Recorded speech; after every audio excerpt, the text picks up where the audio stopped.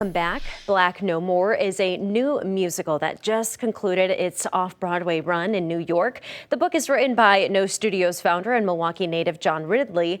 It's the adaptation of an Afrofuturist novel set during the Harlem Renaissance. It tells the story of a medical procedure that can transform black skin to white. And behind the scenes, the musical features one of the few all-black hair and wig teams in New York theater. So for today's Community Curated with No Studios, I'm joined by a member of that hair and wig team, Nikiya Mathis. So thank you so much for joining us. We appreciate you joining in this conversation. And I do want to start with you being part of the few black hair and wig teams. I mean, what obstacles did you have to overcome? Wow, it's such a interesting conversation because I started out as an actress. So I'm a multi-hyphenate artist. And the reason why I got into hair and wigs is because as an actor, there were oftentimes not people who either were prepared to do my hair or that they didn't even have like hair and wig designers on a show. So oftentimes my friends who were also actors would say, "Hey, Nikiya, there's no designer on this show. Can you just do a wig for me and I'll buy it and, I'll just take it? Or can I have the costume designer call you? I'm the only black person in the show and they don't know how to do my hair." So it's been really tough because at this point in 2022 to be part of the only black hair and wig team in New York is really crazy. It just shows how doors of opportunity often aren't open to people of color. Yeah, absolutely. And I think that's also, there comes such responsibility with the title as first, as the few of a certain group. So, where does your motivation to keep going come from?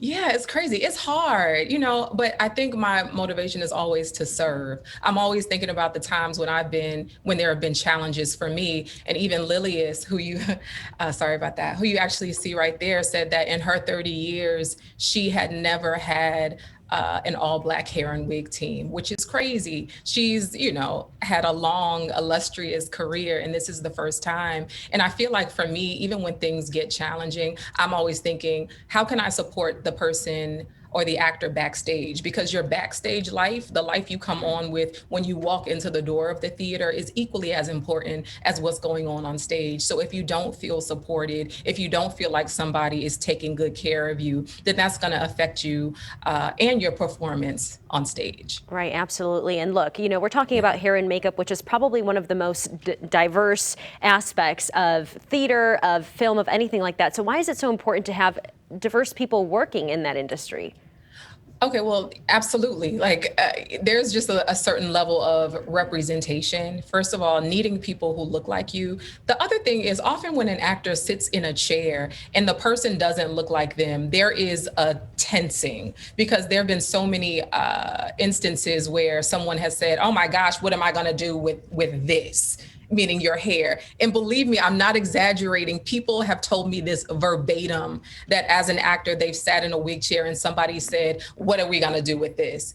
Oh my gosh, how could you feel like when you come in thinking you're going to be supported and taken care of and someone is making you feel like a problem? Right. So it's important to have, first of all, if you have someone that looks like you, number one, that, and they have your hair texture, that at least there's an understanding of what it takes. I'm not saying that every black hair and person is hair and wig person is an amazing or top-notch artist. There are people of all ethnicities that are great artists, but just being able to have the conversation to say, "Hey, these are my needs. What can we do about them?" It's really, really big. Yeah, absolutely. Thank you so much for sharing that. I mean, I can't imagine. Yeah. I have curly hair as well, and I can't imagine having that conversation with someone. But really quickly, we talk about the Crown Act. We talk about school code, code of conduct, where, hair is a requirement being a specific way, right? So how can people take action to make a change?